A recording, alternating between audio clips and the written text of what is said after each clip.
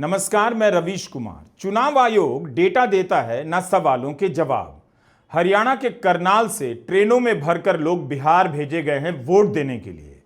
इस पर राज्यसभा सांसद कपिल सिब्बल ने रेलवे से जो जवाब मांगा था उसका जवाब आया है और उस पर भी सिब्बल ने सवाल उठा दिया है और कहा है कि अगर ये जवाब है तब फिर बिहार की जनता को देखना चाहिए उसके वोटों की चोरी ना हो जाए। 2 तारीख को कहते हैं कि 3/11 को अगले दिन रश होगा। एक्स्ट्रा ट्रेन अनशेड्यूल तो तभी लगाई जाएगी तो उसी समय रश होगा, तो बताएंगे भैया अनशेड्यूल ट्रेन ज़रूरी है। 2 रात को इनको पता चल जाता है कि 3 तारीख को सुबह 10 बजे रश होगा, ठीक है। और फिर वो कहते हैं अनरिजर्व्ड, ये तो रिजर्व्ड थी। अनरिजर्व्ड स्पेशल ट्रेन मतलब कि उसकी कोई रिजर्वेशन नहीं, आप जा सकते हो, टिकट खरीद के जा सकते हो। तो ये जो आपको दिखाया मैंने, ये तो रिजर्व था। हम इसी वीडियो में विस्तार से बात करेंगे। दिल्ली में कपिल सिब्बल सवाल कर रहे थे तो पटना में तेजस्वी यादव प्रेस कॉन्फ्रेंस कर आयोग से पूछ रहे थे।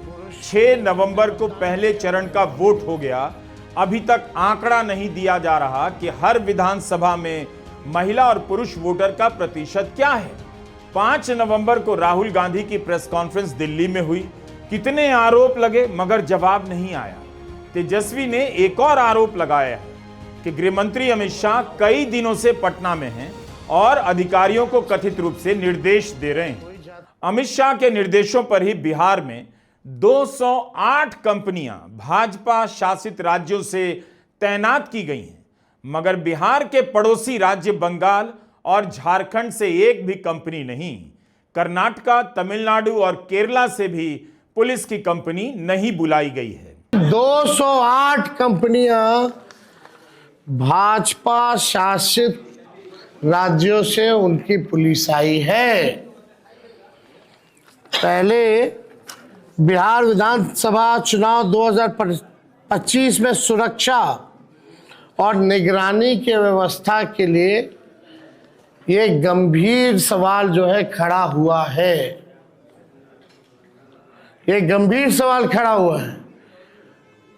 बंगाल, कर्नाटका, तमिलनाडु से क्यों नहीं मंगाए भाई? झारखंड बगल में है, यूपी का आ रहा है, मध्य प्रदेश का आ रहा है, झारखंड अब बंगाल का क्यों नहीं आ रहा? दोनों बॉर्डर के इलाके में है। तो मेघालय अब त्रिपुरा से आ रहा है, नागालैंड से आ रहा है, लेकिन झारखंड, बंगाल और आपका तमिलनाडु, कर्नाटका जैसे राज्यों से क्यों नहीं आ रहा? केरला से क्यों नहीं आ रहा? देख लीजिए, अमित शाह जी आए इसीलिए ना। डेरा काहे जमाए हुए हैं गृह मंत्री? देश में थोड़ी और कोई काम है? जहां चुनाव है वहां बेईमानी वाला काम है। पूरा धन, बल, छल, कपट सब लगा रहे, कोई चीज का कभी नहीं छोड़ रहे। लेकिन फिर भी ये अमित शाह बिहार को उपनिवेश बनाना चाहते हैं, बाहरी लोग कब्जा करना चाहते हैं, बिहारी होने नहीं देगा।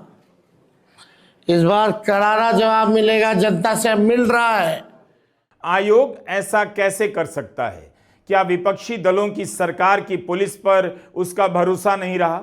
उसे केवल बीजेपी शासित राज्यों की पुलिस पर भरोसा है? अगर आयोग को ज्यादा भरोसा बीजेपी शासित राज्यों की पुलिस पर होगा तो फिर उस पर सवाल क्यों नहीं होंगे?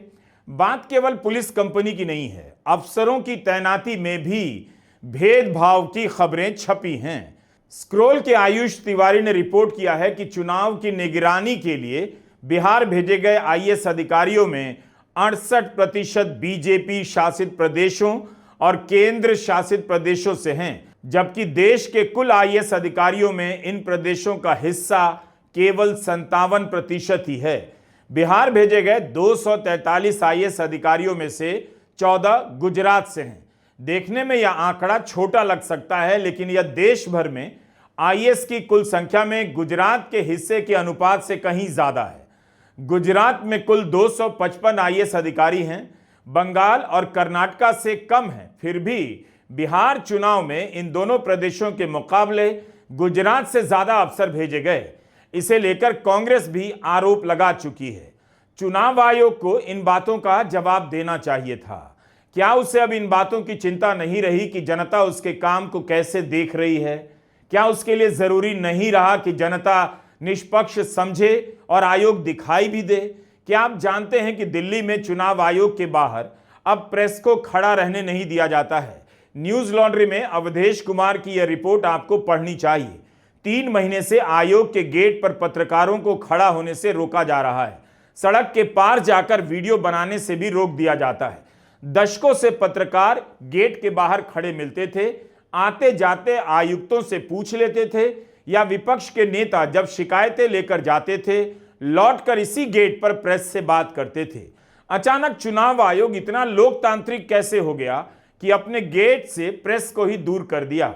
यह भी नोट कीजिए कि गोदी मीडिया इसे लेकर हल्ला नहीं कर रहा है। अब आते हैं उस सवाल पर जिसे 6 नवंबर की शाम से ही पूछा जा रहा है।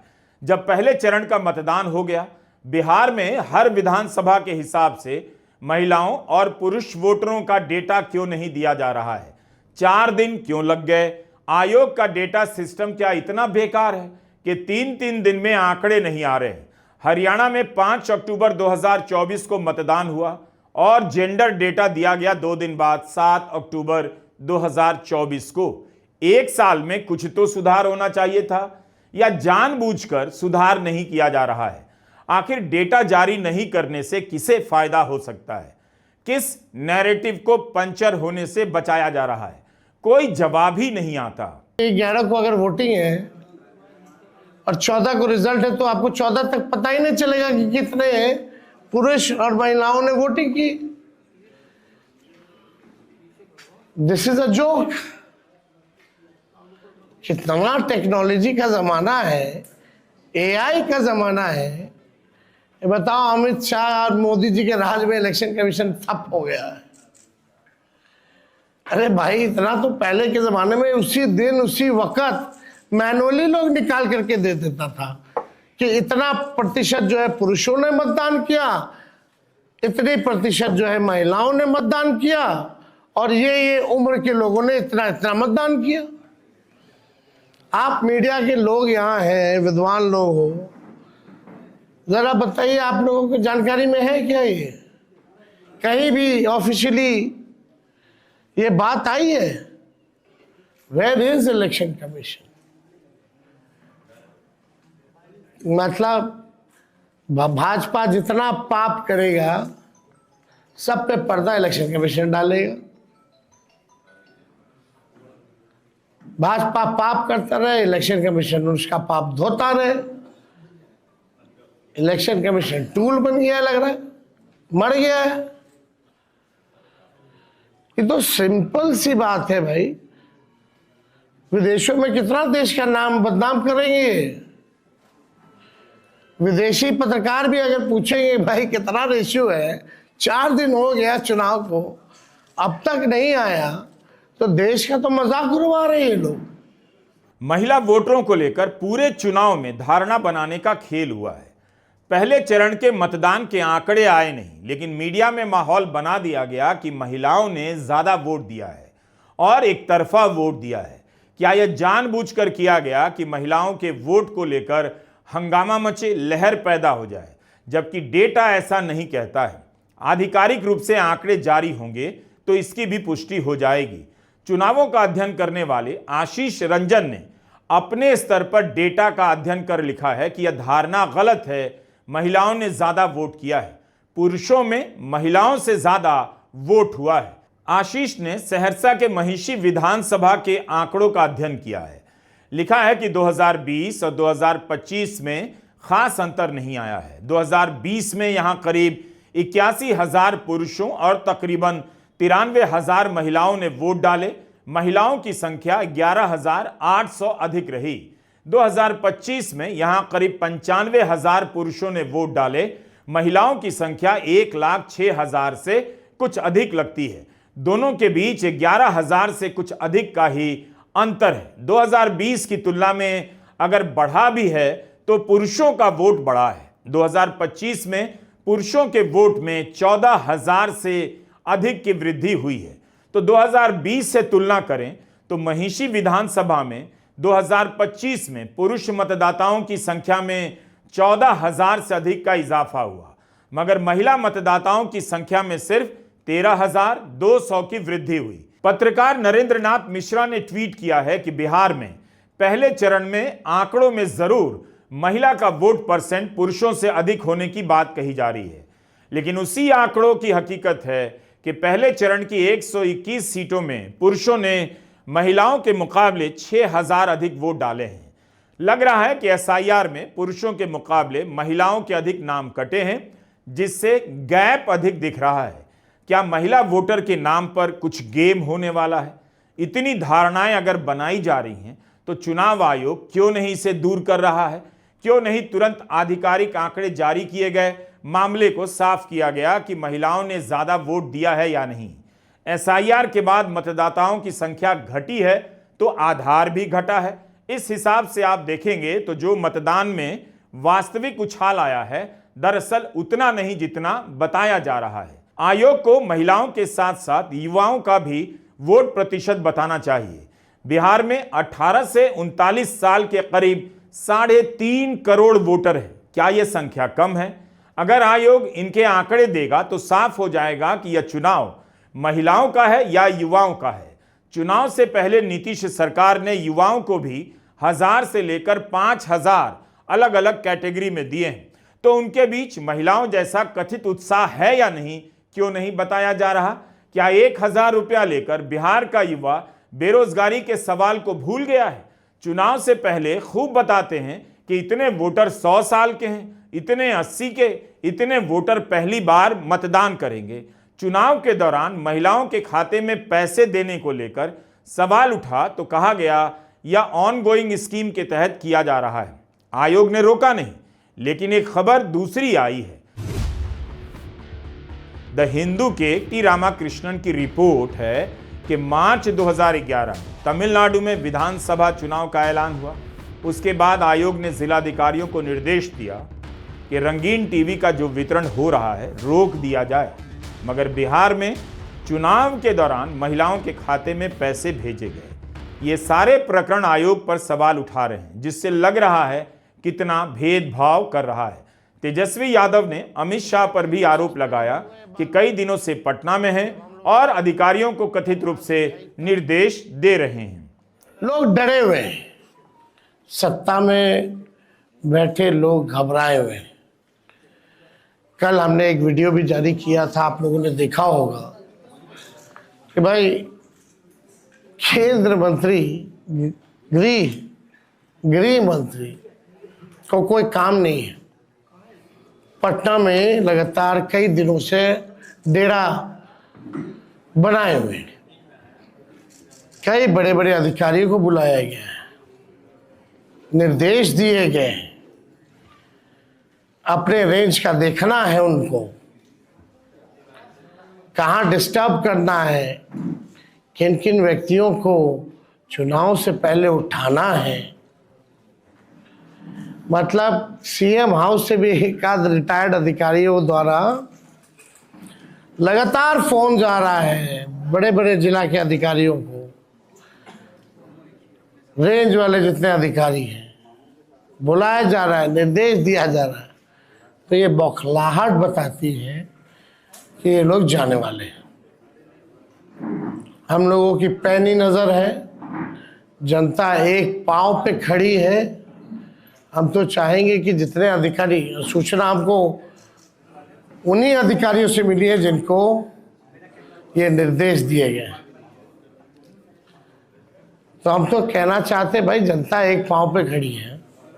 संविधान का जिन लोगों ने शपथ लिया है, न्यायपूर्ण काम करें, दबाव में ना करें, वरना इस बार जनता जो है मुंह तोड़ जवाब देगी। सब लोगों की नज़र है अधिकारियों पर, प्रशासन पर।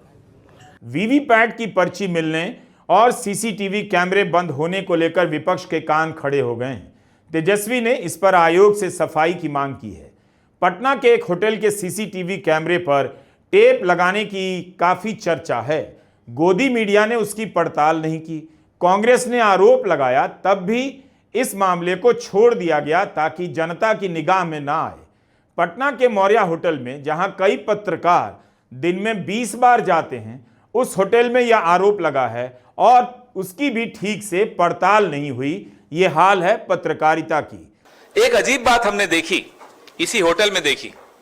जब गृह मंत्री इस होटल में आते हैं तो लिफ्ट के सीसीटीवी के ऊपर कागज चिपका दिया जाता है। तो हमें नहीं समझ में आया कि गृह मंत्री यहां किससे मिलने आ रहे हैं, किसका मुंह छिपाया जा रहा है, किससे डर डर के छिप छिप कर मिलना पड़ रहा है। क्या वो अधिकारी हैं, कौन है? इसका जवाब हम उम्मीद करते हैं गृह मंत्री देंगे। चलिए, आप ट्रैफिक रोक देते हो, लिफ्ट्स रोक देते हो, रास्ते बंद कर देते हो, सब मंजूर है। सीसीटीवी कैमरा के ऊपर कागज क्यों होटल वालों को मजबूर करके लगाया जाता है, ये हम जानना चाहते हैं। किससे मिल रहे हैं गृह मंत्री? इस देश के गृह मंत्री ये छिप छिप कर मीटिंग्स क्यों कर रहे हैं? अधिकारी अब आपसे नहीं डरते, गृह मंत्री जी को ये समझ लेना चाहिए। तो अधिकारी अगर आपसे मिल भी रहे हैं, हमारी जानकारी में रहता है वो अधिकारी हमें भी बता देते हैं कि साहब गृह मंत्री ने बुलाया, धमकाया, हड़काया, जो भी किया हमें बता देते हैं। सीसीटीवी के ऊपर, जो कि सुरक्षा के साथ, इस होटल में और लोग भी रह रहे हैं, उन सबकी सुरक्षा के साथ भी खिलवाड़ है। आप सब साथी अगली बार गृह मंत्री मुखातिब हो आपसे तो पूछिएगा कि आप ऐसे कौन सी मीटिंग्स करते हो जो आपको छिप छिप कर करनी पड़ती है, खुलकर क्यों नहीं करते मीटिंग्स? किससे डरते हो? कुछ तो जवाब आना चाहिए। जिस तरह से 2023 में मोदी सरकार ने कानून बना दिया कि चुनाव आयुक्तों के खिलाफ मुकदमा नहीं हो सकता, उसी तरह एक और कानून बना देना चाहिए कि आयोग से सवाल पूछना अब अपराध माना जाएगा और आयोग किसी सवाल का जवाब नहीं देगा।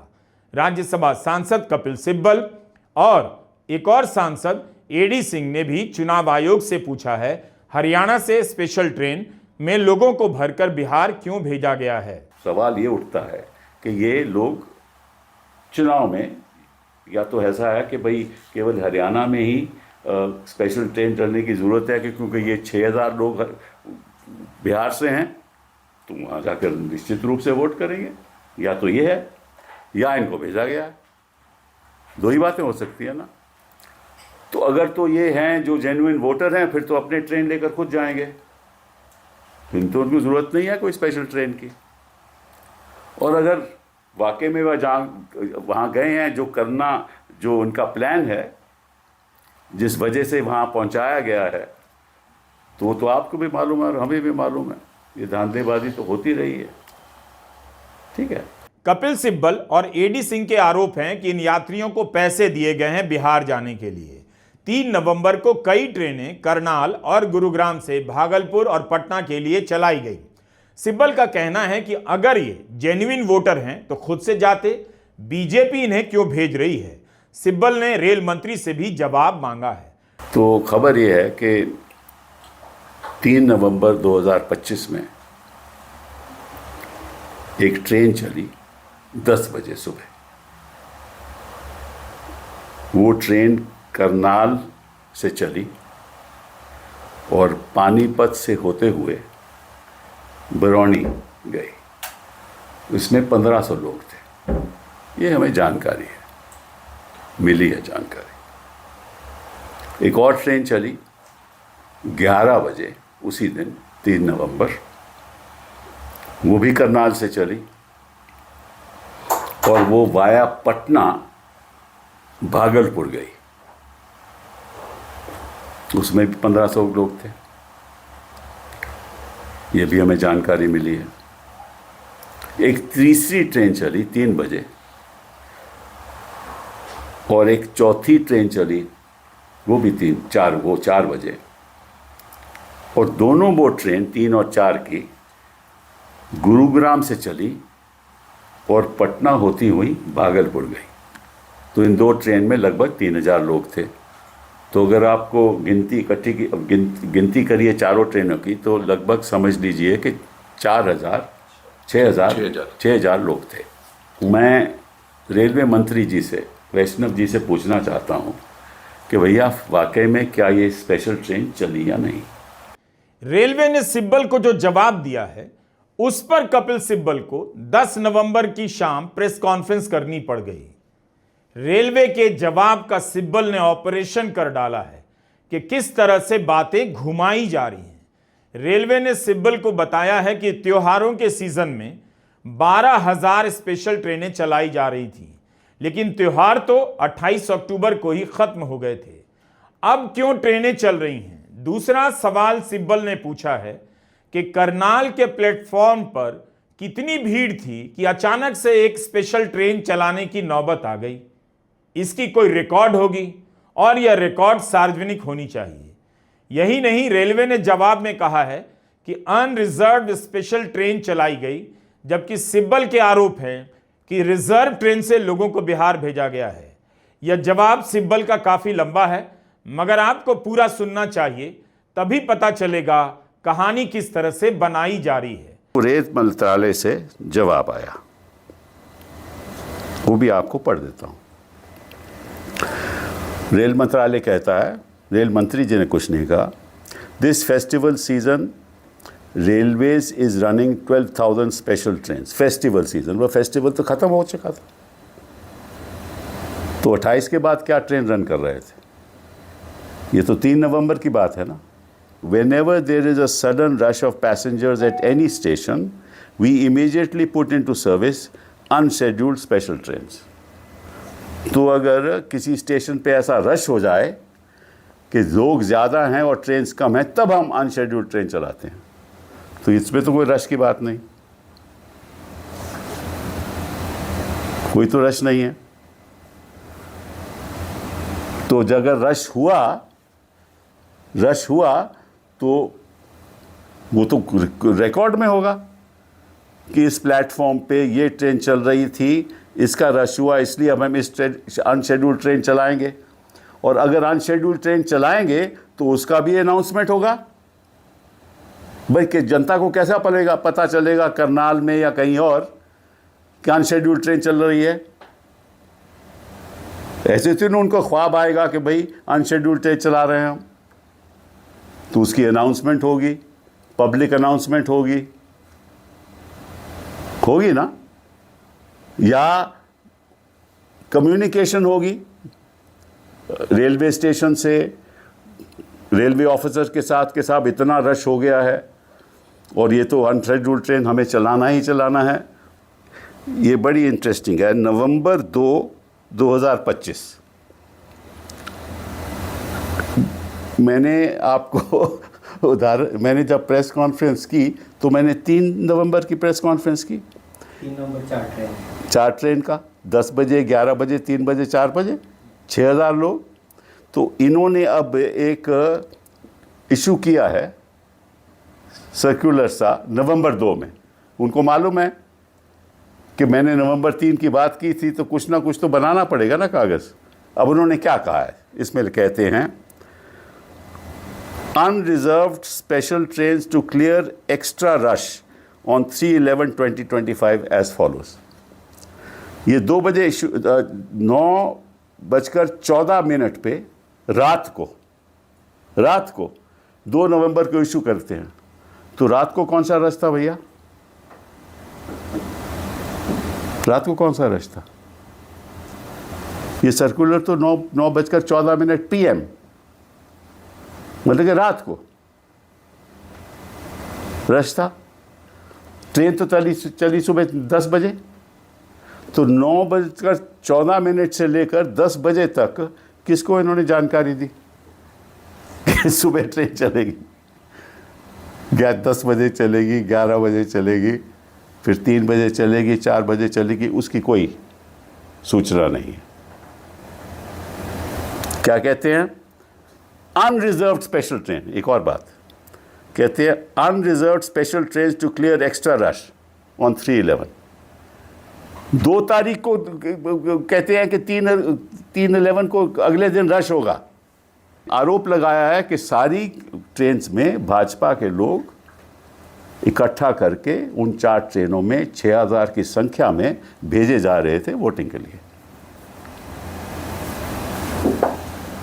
और करनाल से साफ जाहिर है कि ये ऑन रिजर्व थी ही नहीं। वो तो सारे कहते हैं कि हमें सैनी जी ने भेजा